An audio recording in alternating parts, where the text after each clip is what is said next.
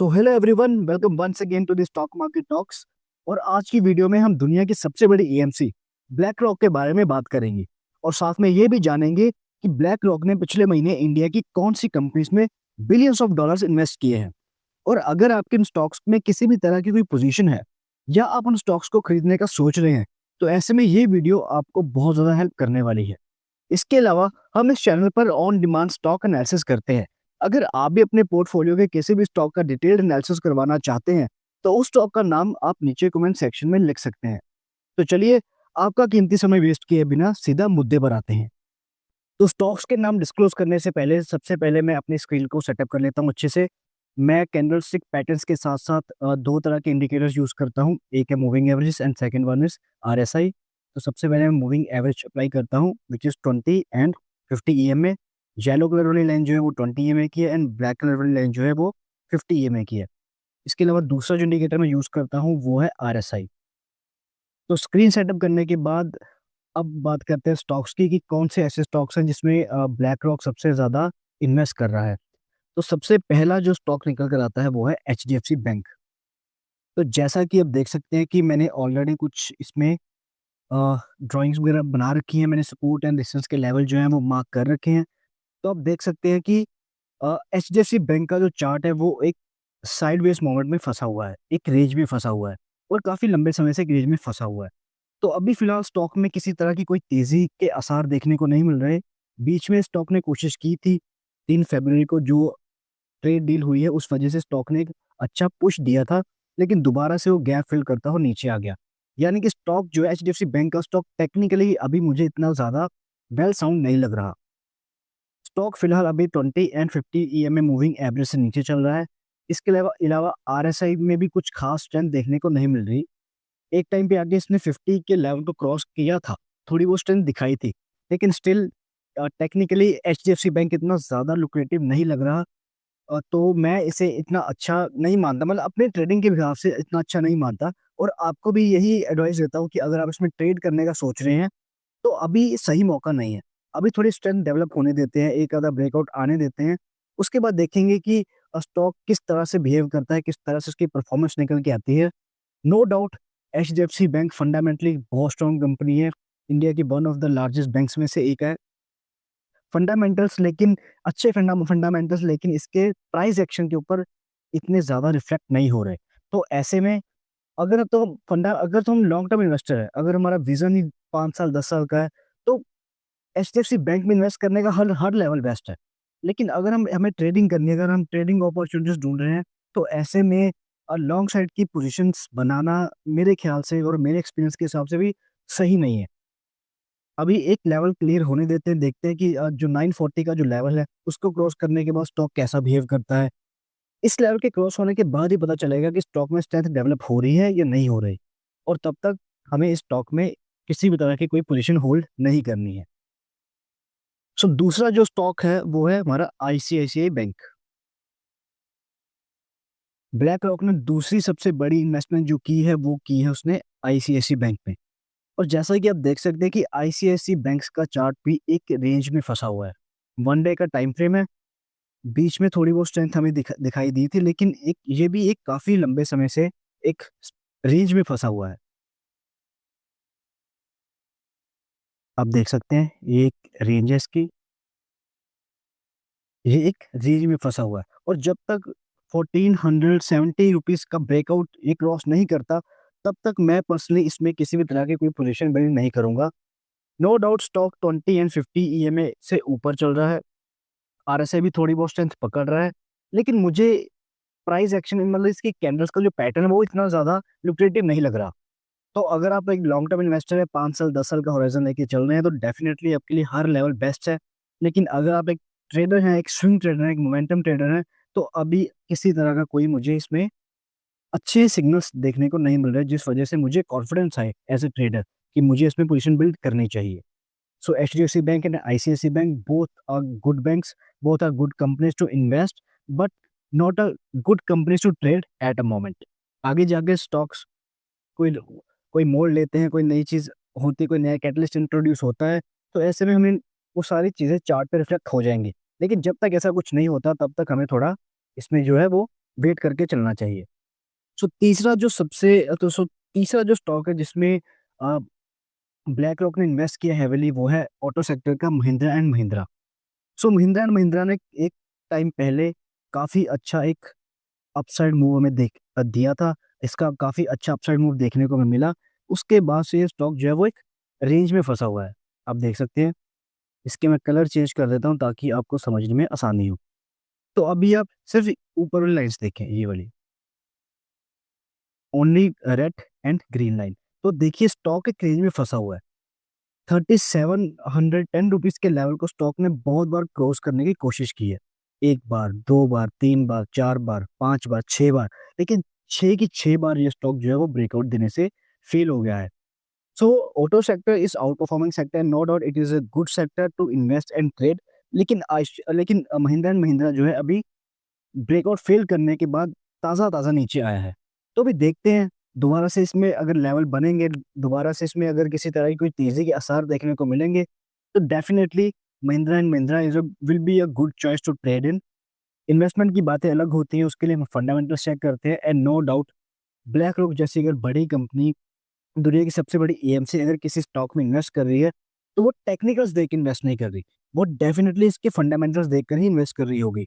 लेकिन इस वीडियो में मैं आपको इसके टेक्निकल्स के बारे में बता रहा हूँ, ताकि कई लोग ऐसे होते हैं वो न्यूज़ सुनते हैं कि ब्लैक रॉक ने या किसी और बड़ी कंपनी ने इस फलाना-ढिमकाना स्टॉक में इन्वेस्ट किया, तो लोग बिना कोई जाँच-पड़ताल किए, बिना कोई वेरिफ़िकेशन किए, बिना कोई प्राइस एक्शन को समझे उस स्टॉक को खरीद लेते हैं। और जब उन्हें लॉस होने लगता है तब उन्हें समझ में आता है कि अच्छा ये चीज़ें देखनी भी ज़रूरी थी। तो इस वीडियो को बनाने का मकसद यही है कि मैं आपको वो सारी चीज़ें बताऊँ, जो दुनिया आपको नहीं बताना चाहती, या फिर ऐसा कहूँ, जो चीज़ें आपसे छुपाई जाती हैं। तो fundamentally no doubt Mahindra and Mahindra, HDFC bank and ICICI bank तीनों बहुत अच्छे हैं, बहुत साउंड स्टॉक्स हैं फंडामेंटली, लेकिन तीनों अभी टेक्निकली इतने ज़्यादा लुक्रेटिव नहीं लग रहे। चौथा स्टॉक जो निकल कर आता है which is one of my favourite stock, किसी तरह की टिप नहीं दे रहा लेकिन मैं अपना एक्सपीरियंस बता रहा हूँ। इस साल का मेरा जो सबसे फेवरेट स्टॉक रहा है वो रहा है Larsen and Toubro, and you can see what a wonderful moment, what a wonderful movement. देखिए स्टॉक ने कितनी अच्छी मूव दी, थोड़ी देर रेस्ट किया, फिर मूव दी, फिर थोड़ी देर नीचे फॉल हुआ इसका, क्योंकि इसके कुछ रिजल्ट्स इतने ज़्यादा अच्छे नहीं आए होंगे। ऊपर से मार्केट सेंटिमेंट्स भी कुछ वैसे ही खराब चल रहे हैं दिसंबर जनवरी से लेके। तो उसके बाद फिर स्टॉक ने बाउंस बैक किया है, और बाउंस बैक भी ऐसा किया है कि वर्टिकल अपसाइड मूवमेंट दी है। स्टॉक अभी अपनी 20 एंड 50 ईएमए मूविंग एवरेज से ऊपर चल रहा है। आरएसआई भी फुल स्ट्रेंथ दिखा रहा है। तो this is a good to go stock in terms of fundamentals and in terms of technicals. Fundamentals मैंने अभी तक इस स्टॉक के पढ़े नहीं है। I will read about it. लेकिन टेक्निकली ये स्टॉक जो है वो मुझे पर्सनली बहुत ज़्यादा अच्छा लग रहा है। स्पेशली ये जो लेवल है ना इसका 4122 रुपीज़ का, ये लेवल इसके लिए एक ब्रेकआउट लेवल था। उसके बाद ब्रेकआउट देने के बाद ये स्टॉक ऑलमोस्ट ऑलमोस्ट अ, 4% के अराउंड भाग चुका है, और अभी आगे और कितना भागेगा नो वन नोस।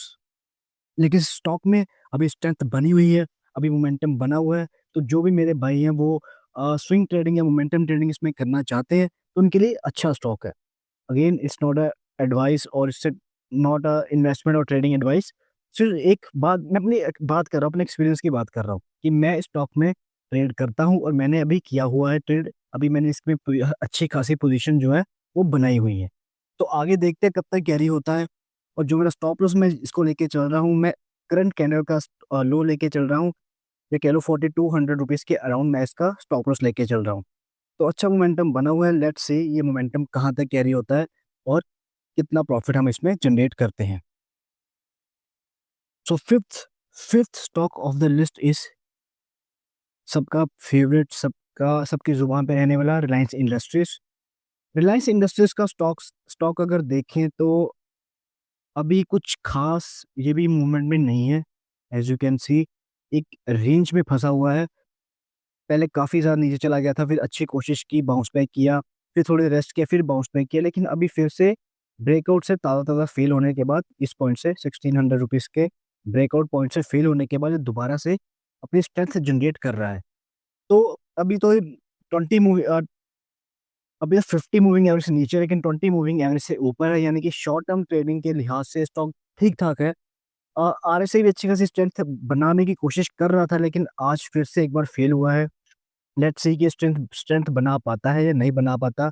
अगर तो ये आने वाले दिनों में 50 के ऊपर जाता है इसका आरएसआई, और 50 ईएमए से ऊपर ये स्टॉक ट्रेड करता है, तो ऐसे में एक अच्छी खासी अपॉर्चुनिटी इसमें ट्रेडिंग के रिगार्डिंग बन सकती है। फंडामेंटली जो साउंड कंपनी, इंडिया की one of the biggest company है, one of the renowned company है। सो टेक्निकली भी थोड़ी सो चल रही है, इसको बहुत बुरा नहीं कहूंगा, लेकिन बहुत अच्छा भी नहीं कह सकता।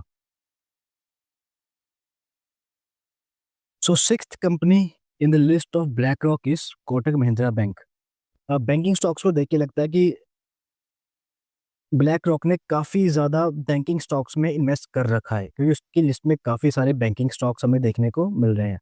सो कोटक महिंद्रा बैंक जो है वो एक ठीक परफॉर्म कर रहा है, ठीक ठाक ही चल रहा है। इसको भी मैं बहुत अच्छा नहीं कहूँगा। एक बार, दो बार, तीन बार, चार बार इसने ब्रेकआउट देने की कोशिश की है, और चारों बार ही ये स्टॉक जो है वो बुरी तरह से पिटा है। लेकिन फिर भी स्ट्रेंथ बरकरार है। आरएसआई इसका 50 से ऊपर चल रहा है, दोनों मूविंग एवरेज से ऊपर चल रहा है स्टॉक, और कोशिश कर रहा है कि धीरे धीरे करके अपनी जो स्ट्रेंथ है वो दोबारा गेन करे, और एक अच्छी हमें ट्रेडिंग अपॉर्चुनिटीज में देखने को आगे मिल सकती है। सो कोटक महिंद्रा बैंक इस ऑल्सो सो ट्रेड। इसे बहुत अच्छा नहीं कहूँगा, बहुत बुरा भी नहीं कह सकते, लेकिन देखते हैं कि अगर आरएसआई इसका ऊपर रहता है, 50 से ऊपर रहता है नेक्स्ट वीक तक, और मूविंग एवरेज से स्टॉक ऊपर रहता है, तो ऐसे में एक अच्छा इसमें मोमेंटम बिल्ड हो सकता है। लेकिन असली मोमेंटम जो बिल्ड होगा इसमें, वो इसके ब्रेकआउट जोन में होगा, जो ये आप रेड कलर वाली लाइन देख रहे हैं। जब ये लाइन क्रॉस होगी, तभी इसमें एक अच्छा खासा मोमेंटम हमें देखने को मिल सकता है। तो अगर तो आप इसमें ट्रेड करने के बारे में सोच रहे हैं, तो आई हाईली रिक्वेस्ट कि आपको एटलीस्ट 450 के लेवल तक वेट करना चाहिए।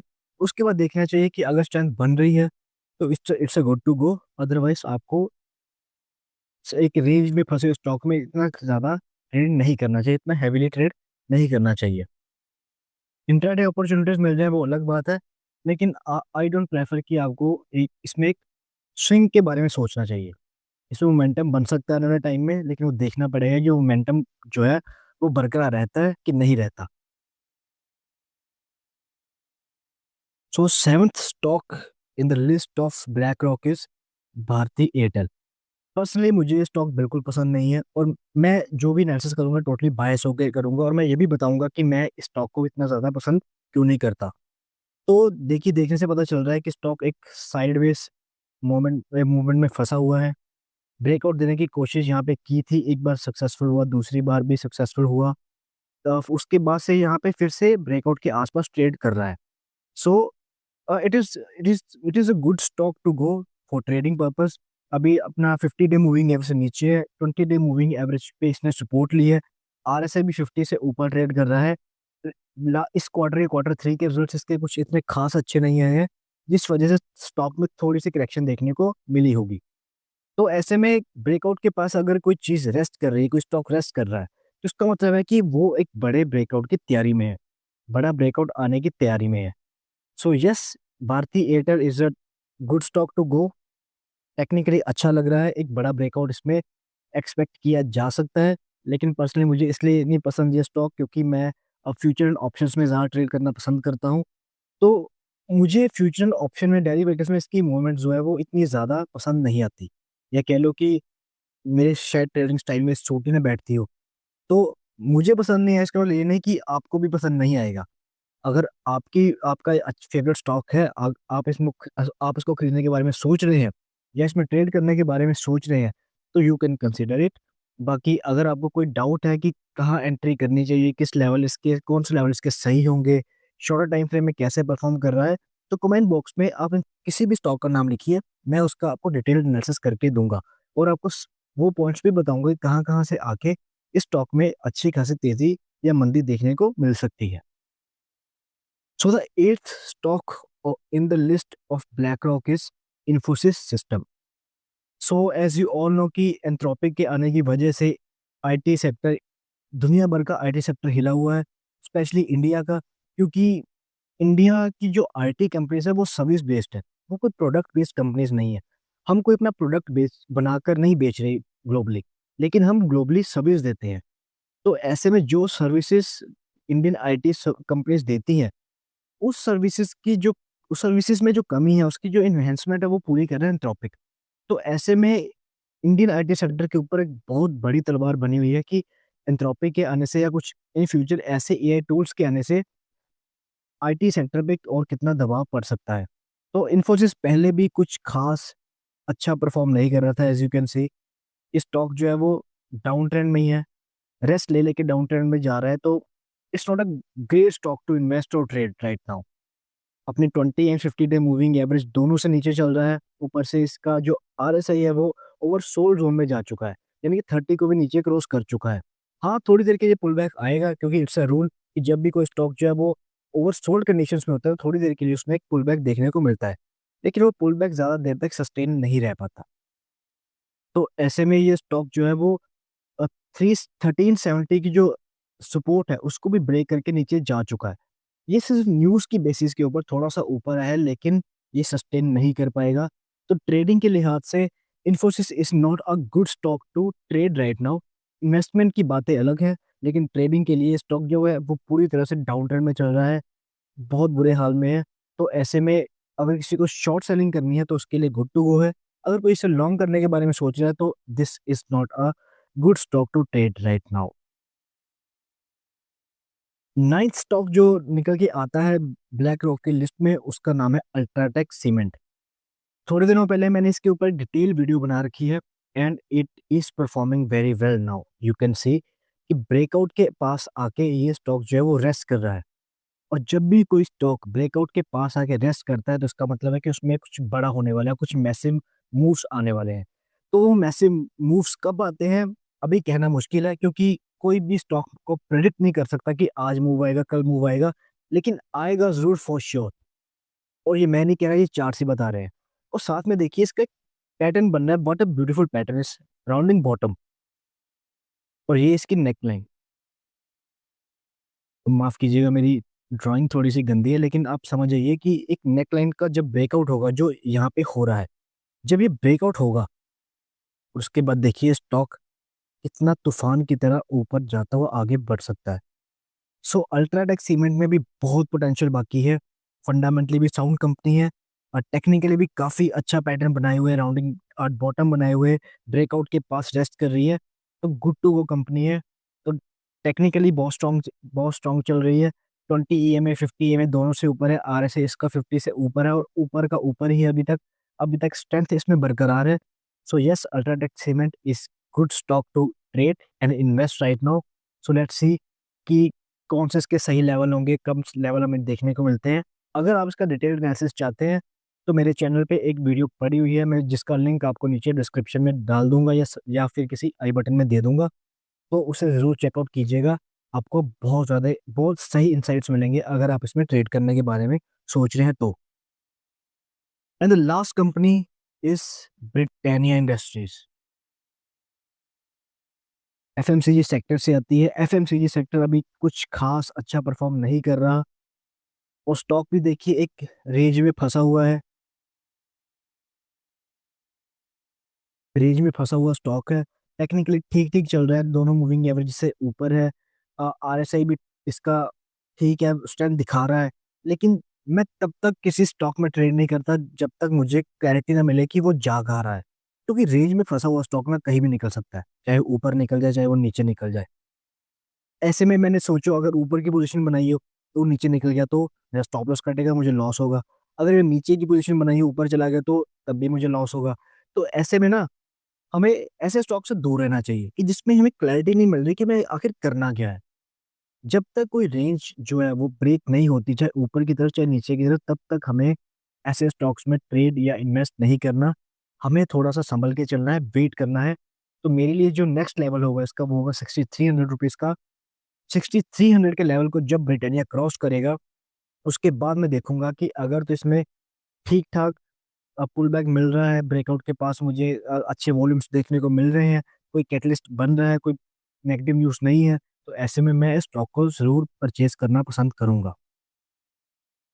So again this is not any kind of investment advice और ट्रेडिंग एडवाइस वीडियो। मैं जो भी आपको सिखा रहा हूँ वो मैं अपने एक्सपीरियंस के बेसिस में सिखा रहा हूँ, ताकि आप पूरे कॉन्फिडेंस के साथ स्टॉक मार्केट में इन्वेस्ट कर सके, उसमें पार्टिसिपेट कर सके। आपको किसी टिप्स लेने की जरूरत ना पड़े, किसी टेलीग्राम ग्रुप से, किसी व्हाट्सएप ग्रुप से। और अदर सोशल मीडिया प्लेटफॉर्म से आपको टिप लेने की ज़रूरत ना पड़े। अगर आपको कहीं से टिप आ भी रही है, तो एटलीस्ट आपके पास इतना कॉन्फिडेंस हो, इतनी आपके पास नॉलेज हो कि आप उस टिप को वेरीफ़ाई कर सको। तो मेरी ये वीडियोज़ एंड मेरा चैनल आपको ज़रूर हेल्प करेगा ऐसे टिप्स को वेरीफ़ाई करने के लिए और आपको स्टॉक मार्केट में फुल कॉन्फिडेंस के साथ पार्टिसिपेट करने के लिए। तो वीडियो अगर इन्फॉर्मेटिव लगी हो, अच्छी लगी हो तो इसे ज़रूर लाइक एंड शेयर करें और अगर यहाँ तक आ ही गए हैं तो चैनल को सब्सक्राइब किए बिना बिल्कुल मत जाइएगा। आपका एक लाइक, शेयर एंड सब्सक्राइब मुझे बहुत मोटिवेशन देगा ऐसी एजुकेशनल वीडियोज़ को बनाने में। So thank you for your patience and your time. मिलते हैं नेक्स्ट वीडियो में एक नए टॉपिक के साथ, एक नए एनालिसिस के साथ।